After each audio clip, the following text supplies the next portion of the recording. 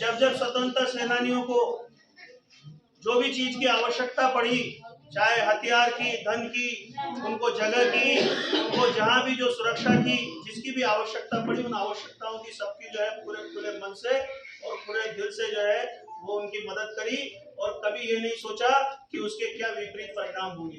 धन्यवाद। 1857 की क्रांति जब अंग्रेजों के द्वारा चंद गद्दारों के चक्कर में जब हमारी कुछ विफल कर दी गई, तो इन जातियों पर अंग्रेजों का निशाना गया। उन्होंने इस बात की खोजबीन की, मेरा आप लोगों से आग्रह है कि उनकी मदद की थी और उस मदद की वजह से उनको जो है 1871 में क्रिमिनल ट्राइबल एक्ट लागू करके उन्हें अपराधी घोषित कर दिया गया और उन्हें एक तरह से सभी गांवों से और जगह से देश निकाला दे दिया गया। उन्हें मुख्य धारा में लाने के लिए किसी ने फिर कोई प्रयास नहीं किए और लगातार ये सिलसिला चलता रहा और आप मान के चलिए कि स्वतंत्रता के बाद भी 6 साल के बाद ये क्रिमिनल ट्राइबल एक्ट को खत्म किया गया और वो खत्म तो केवल औपचारिकता मात्र ही हुआ।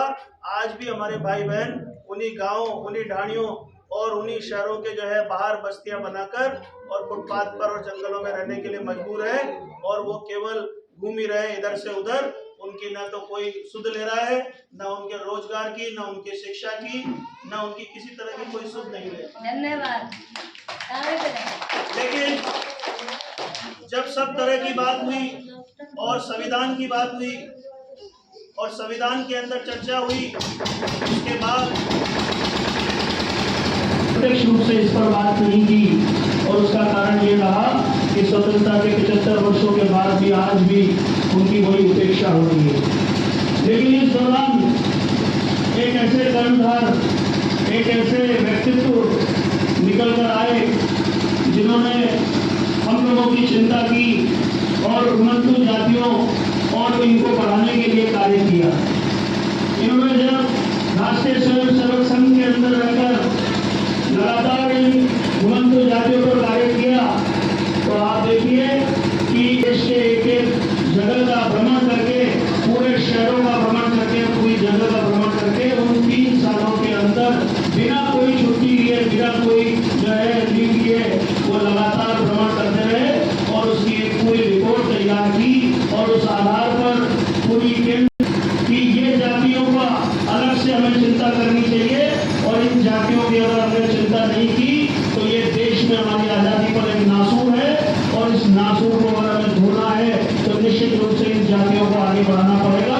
सभी तरह से शिक्षा में, चिकित्सा में, इनके रोजगार में हमें आगे बढ़ाना पड़ेगा, इनको स्थापित करना पड़ेगा। उसके लिए एक आयोग का गठन हुआ और जब इनके कार्यकलाप को देखा गया तो उन कार्यकलाप को देखकर दादा को उस आयोग की, उस कमीशन की जिम्मेदारी दी गई। फिर कल्याण बोर्ड बना, विकास और कल्याण बोर्ड जो घुमंतू, विमुक्त और अर्ध घुमंतू जातियों के लिए, वो भी जो है उसके भी दादा जो है अध्यक्ष रहे। और पहली बार ऐसा हुआ जब ये लोगों के संज्ञान में लेकर आए, क्योंकि याद करें हम लोग तो जिन घरों में जिनमें रहते हैं, हम लोगों ने तो कभी इतनी पीड़ा देखी नहीं होगी जो जातियां ये भोग रही है। उन पीड़ा को लोगों के और समाज के सामने लेकर आए और लोगों को बताया कि ये घुमंतू जातियों की दयनीय स्थिति है, दयनीय दशा है, हमें इन पर विचार करना चाहिए। आपने देखा अभी माननीय सरसंघचालक जी का जयपुर के अंदर जब उद्बोधन होता है तो उस दौरान जो है माननीय सरसंघचालक जी उसका जो है उल्लेख भी करते हैं कि हमें घुमंतू जातियों के लिए कुछ करना चाहिए, क्योंकि ये एक ऐसा जो है कोड है हमारी आज़ादी पर जो है लगातार जो है हमें इसे धोना ही होगा, इसका इलाज करना पड़ेगा, अन्यथा ये बहुत नासूर बनकर हम लोगों की जो है वंश को, हमारी जातियों को ये करेगा। तो हमें आज की गोष्ठी के पीछे ये कारण है क्योंकि हमारे यहाँ पर घुमंतू समाज के लोग भी बैठे हैं और प्रबुद्धजन और जो यहाँ के चिंतक हैं, जो इस खंड के, वो लोग भी बैठे हैं। हम क्या कर सकते हैं इन बच्चों के लिए? दादा के पास ऐसी कई बातें हैं जिनको प्रेरक प्रसंग और उनके माध्यम से आप लोगों को बताएंगे। इन बच्चों के लिए क्या कर सकते हैं जो इनके स्कूल, अभी हम लोग खाना खाने गए, दादा ने पूछा कि बेटा तुम लोग कहीं जाते हो स्कूल में? बड़े बड़े 8-8 10-12 साल के बच्चे हैं लेकिन वो स्कूल नहीं जा पा रहे हैं, उनको शिक्षा नहीं मिल पा रही है, क्योंकि शिक्षा ही एक ऐसा हथियार है जिनके माध्यम से हम समाज को जागृत कर सकते हैं। अगर शिक्षा नहीं तो कुछ नहीं। तो कैसे इन शिक्षा से जोड़ा जा सकता है, कैसे इन्हें अच्छी सुविधाएं दी जा सकती है, इनके रहने और इनकी क्या सुविधाएं कर सकते हैं, उसमें समाज की क्या भूमिका होगी, उस पर प्रकाश डालने के लिए हमारे बीच में आज आदरणीय दादा हैं। मैं बहुत ज़्यादा समय नहीं लेते हुए मैं चाहूँगा कि हम लोग दादा को, जिनको सुनने के लिए यहाँ पर आए हैं, उनकी हम लोग बात सुनें। बहुत बहुत धन्यवाद। महाराणा प्रताप की जय, जय शिवा सरदार की जय।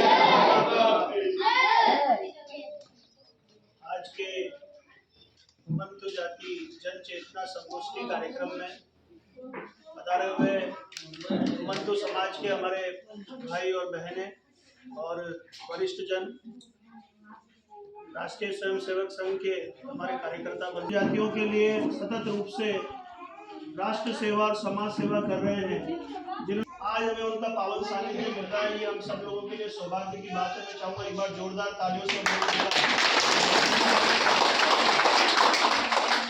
आपको शायद मालूम नहीं होगा, मेरी अभी 2 दिन से लगातार दादा से जब चर्चा हुई, आपको सुन या सामाजिक संस्थाओं के माध्यम से हो, उनका एक मूल आधार बने और उन मूल आधार के माध्यम से इन्होंने जिन जातियों ने प्रत्यक्ष रूप से हमारे स्वतंत्रता सेनानियों के साथ, ये वो जातियां थी। संघ आयु 64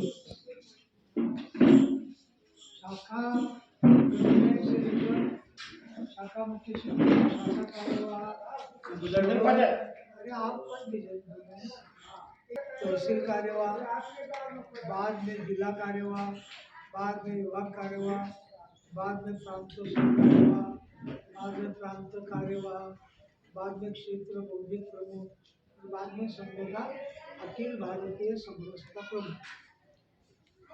ये संघ की जिम्मेवारियाँ मेरे पास थी। जो कमीशन का चेयरमैन बन गया तो मुझे सूचना थी कि आप वो भी करो, आप अपना संघ का काम भी करो। 1 वर्ष मैंने किया, माननीय सरकारी जी को बताया, कोई भी एक काम मुझे बताओ, दोनों काम को न्याय नहीं मिलता, इसलिए उन्होंने ठीक है आप कमीशन का काम करो। तो ये छोड़ दिए तो 32 ईयर्स संघ के अखिल भारतीय प्रतिनिधि सभा का सदस्य और करीबन दुनिया भर से लेकर सब सरसंघ चालकों को देखा है, कुछ सरसंघ चालक के साथ काम किया है। बाबा साहब देवव्रत जेल में थे एलोरा में, उस समय मैं भी जेल में था, तो वहाँ से कुछ बातें शुरू हो गई, इसलिए आगे चलकर समरसता का काम भी आ गया। सुदर्शन जी जब अखिल भारतीय बौद्धिक प्रमुख थे तब मैं क्षेत्र बौद्धिक प्रमुख पश्चिम गोवा महाराष्ट्र गुजरात, ऐसे एक सरसंघ चालक जी के मोहन जी के बारे में बताए तो हमारा तृतीय वर्ष 1966 में हुआ है, दोनों का एक मोहन जी का और मेरा। और जब मैं महाराष्ट्र का प्रांत यानी जो तृतीय वर्ष के लिए जाते हैं जब प्रांत प्रमुख नियुक्त थे, जब मैं महाराष्ट्र का प्रांत प्रमुख था उस समय मोहन जी के पिताजी विदर्भ के प्रांत प्रमुख, तो उनके साथ भी 1 महीना नागपुर में चला है। और संघ की ओर से जो सामाजिक काम आ गए, महाराष्ट्र में रिगर्स का प्रकरण आया था, बहुत दंगे होने वाले थे, बहुत मारपीट होने वाली थी, दलित वर्सेस सवर्ण ऐसा होने वाला था। तो मैंने संघ के प्रांतों सहकार्य था, उस समय सहकार्य इस नाते एक जाहिर तौर पर आह्वान समाज को, तो विशेषतः बाल ठाकुर, तो वो आगे चलकर समाप्त हो गया विषय। नामांतर का बाबा साहब का नाम देना, वो उस समय में प्रांत कार्य होता, तो आखिर मैंने उसमें ध्यान दिया, एक पत्रक निकाला और औरंगाबाद अभी छत्रपति संभाजी महाराज नाम का हो गया। तो वहाँ डॉक्टर बाबा साहेब अम्बेडकर मराठवाड़ा विद्यापीठ नामांकन हो गया, तो उसमें भी मैंने वही की। बाबा साहब अम्बेडकर के बारे में करीबन 250 किताबें मैंने पढ़ी और बाद में उनके ऊपर व्याख्यान देना शुरू कर दिया। पूरे देश में हर प्रमुख राज्य के शहर में बाबा साहब अम्बेडकर के बारे में मेरे व्याख्यान हुए हैं। तो संघ ने जो काम दिया हमें वो काम करना, यही हमारा काम करना है। आप सबने बहुत लोगों ने संघ के बारे में आपके आपके बताए, पिछले महीने में संघ का परिचय कर दिया।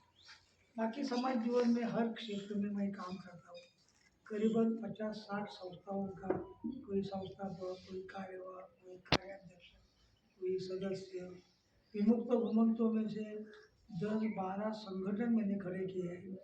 गाड़िया लोहार जैसा यहाँ है वैसा वहाँ पारदी समाज बहुत है। पारदियों के लिए भारत माता पारदी विकास परिषद ये शुरू कर दी।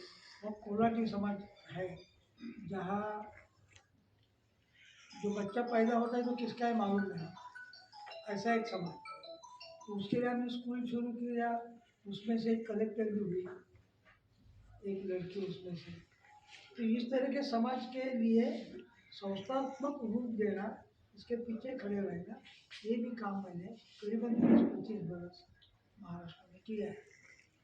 और जब मैंने गोपीनाथ मुंडे के पास एक आंगनबाड़ी में भेजते हैं ना इनको, आंगनबाड़ी भी नहीं भेजते। आंगनबाड़ी में जाता तो ले जाके भेजक है तो ले ही नहीं जाते मालिक।